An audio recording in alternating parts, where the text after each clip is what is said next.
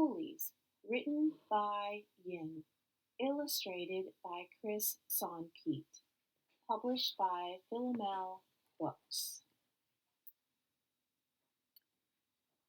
Every year, Papa, my grandmother, prepares a special feast of tofu, mushrooms, vegetables, and winter melon soup in honor of the Qingming festival. On this occasion, we crouch on our knees and kowtow with the burning incense in our hands before we eat. Why are we bowing to a bowl of oranges? I asked one year. Papa laughed. We are not bowing to the fruits. This is how we show respect and honor our ancestors. Our ancestors? I say. Yes, your ancestors, she says. Let me tell you of two we do not forget. Of my Bokong, my great grandfather, and his brother.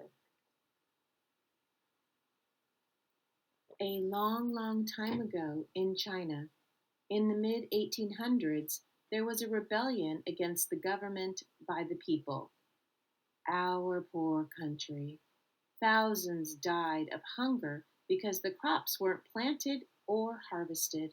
Thousands could not find work. Your great great great grandfather Shek was among them. News of laborers needed in America quickly spread throughout the village of Canton. Desperate for work, the family decided that Shek and his little brother Wang should go to this new land. They would have to leave their little brothers and mother behind in China. Ma, don't worry, Shek reassured her as he packed. I will send money home and our family will starve no more. And I will take care of little Wang. I promise. The two brothers bowed goodbye to their family and boarded the overcrowded ship with hundreds of others frantic for work. The motion of the ship made many seasick, especially little Wang. Eventually, he got used to the movement of the ocean waves, but their sea voyage was agonizing and long. To help pass time, Shek and Wang would fish by tying pieces of rags to their hooks and tossing the line over the ship's railing. During the steel cold nights, Shek made sure his little brother had enough hot tea and blankets to stay warm.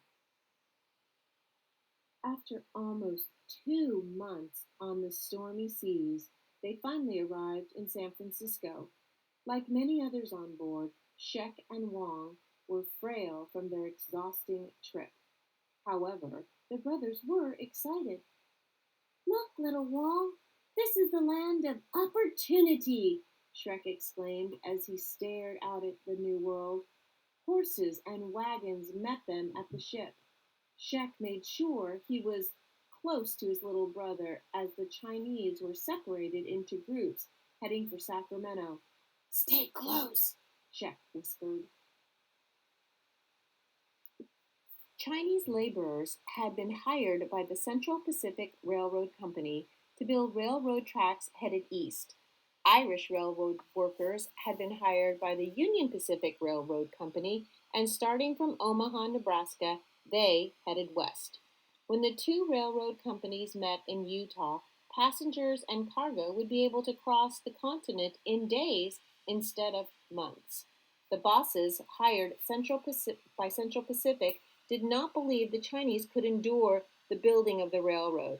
On average, they were skinny and looked upon as mere weaklings. The bosses made fun of their straw hats, pajama-like clothes, and even their long queue braids, which they wore down the center of their backs. Coolies, they called the Chinese lowly workers.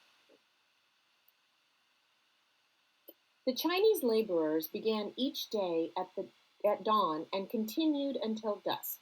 Side by side, Shek and Wang worked with heavy sledgehammers that they slammed into the spikes till their blistered hands bled. The cart full of tools and supplies would trail up and down the rail line as the workers hammered under the beaming hot sun. Day by day, they labored through desert hills, through meadows, and across steep cliffs until they were met by rows of mountains which the foreman called the Sierras. The loud whistle sounded each evening, a signal to the end of a hard work day. When the Chinese laborers returned to their camps, the cooks prepared hot water in tubs so the exhausted workers could bathe. The brothers also looked forward to mealtime. When the cooks prepared their favorite Cantonese dishes, rice with dried fish, mushrooms, bamboo shoots, vegetables, pork, seaweed, and salted cuttlefish, noodles, and of course, hot tea. Many nights, Shek shared his own food with his little brother. Make sure you finish every grain of rice for Ma, he would say. The brothers slept in a tent so fragile the harsh wind nearly blew it away. But inside the tent, each night, Shek cupped little Wang's hand and helped his brother practice his Chinese calligraphy. Once a month, they wrote to their mother and sent money across the sea to her. Ma, they wrote, we hope that you are able to buy some crops with this money. Please do not worry about us. Even in this foreign land, someday our family will be rich forever. Your sons, Shek and Wang. One hot afternoon, the brothers were still working to cross the Sierras when the boss pulled little Wang aside. You, Coolie! We have to blow up this side of the mountain to build a tunnel for the tracks. You're the smallest. Get into the basket to set the dynamite. With the little English he knew, Shek shouted, He too young. I am small too. I said dynamite. He was afraid his little brother would lose his fingers or toes in the explosion. The boss nodded. Lowered in the handmade basket, Shek balanced himself against the harsh wind. He made sure the wick on the dynamite was long enough so the workers had plenty of time to pull him up away from the blast. Using a hand pick, he dug a small opening and placed the dynamite carefully into the hole. After Shek lighted the wick, he shouted, BD, hurry up! Wang and the other workers quickly pulled him away from the blast. On the ground, Shek sighed in relief. As seasons passed, the Chinese laborers carried twice their expected workloads at astonishing speeds. At the end of exhausting workdays, Shek and Wang were always glad to get back to their tent. One time, as they headed to their camp on the newly leveled earth, Shek turned to admire the trestle that they had finished. Someday our family will see our great accomplishment, he said to his little brother. The Chinese worked in 12-hour shifts. They pecked, drilled, and hacked through more and more mountains and hard rock face. Conditions grew dangerously worse. When the Chinese workers discovered that other non-Chinese laborers were paid more than were they discriminated against because of their long queues and almond-shaped eyes? The Chinese worked in 12-hour shifts. They pecked, drilled, and hacked through more and more mountains and hard rock face. Conditions grew dangerously worse. Then the Chinese workers discovered that other non-Chinese laborers were paid more than they. Were they discriminated against because of their long queues and almond-shaped eyes? The Chinese laborers thought so. They spoke little English and felt helpless. Then, one June day, some 3,000 graders, tunnelmen, and road pavers joined forces and stopped working. They chanted over and over in English. Equal pay, equal hours. The bosses were furious. We're not going to tolerate this. No water and no food until you return to work. If you don't cooperate, I'll send you back to China. The cooks sneaked barrels of hot tea for the protesters to survive during the cold nights. But with the lack of food and water, in days, many of them grew weak. Many of them wondered if the protest should continue. Finally, one night the workers gathered. Many spoke, then Shek stood up. We will all starve if we continue to strike. We must not forget why we came here. Nobody answered. Then, one by one, the workers nodded. They thought of their suffering families back home and agreed to return to work the next day. That very night, Shek wrote to reassure their mother, Ma, please do not worry. We have plenty to eat here in this land of opportunity. Our family will never go hungry again, and soon we will have a feast together. Shek. The United States government pushed the railroad companies to complete the railroad project faster and faster. The two companies were paid by the number of miles. The bosses in turn demanded and pushed their workers to perform faster and faster. Over the winter, the laborers raised trestles, shoveled the fields, and built mile after mile of snow sheds until they finally came down to the foothills in Nevada. There, a snowstorm raged across the countryside. With fear of an avalanche, one had swept away a crew of workers a year earlier. The laborers shoveled relentlessly through the blanket of snow. As usual, Shek made sure his little brother was by his side. Then, in the late afternoon, while the storm still raged, a roaring, crashing sound rolled down on them. Avalanche! Panicked, Wong peered through the windy snow. Shek, where are you? He shouted. There was no sign of his older brother anywhere. Wong shouted in Chinese at the other workers, My brother is buried in the snow! Please, please help me find him! He'll freeze to death! The boss ran up from the rear and grabbed Wong's arm. Back to work, you coolie!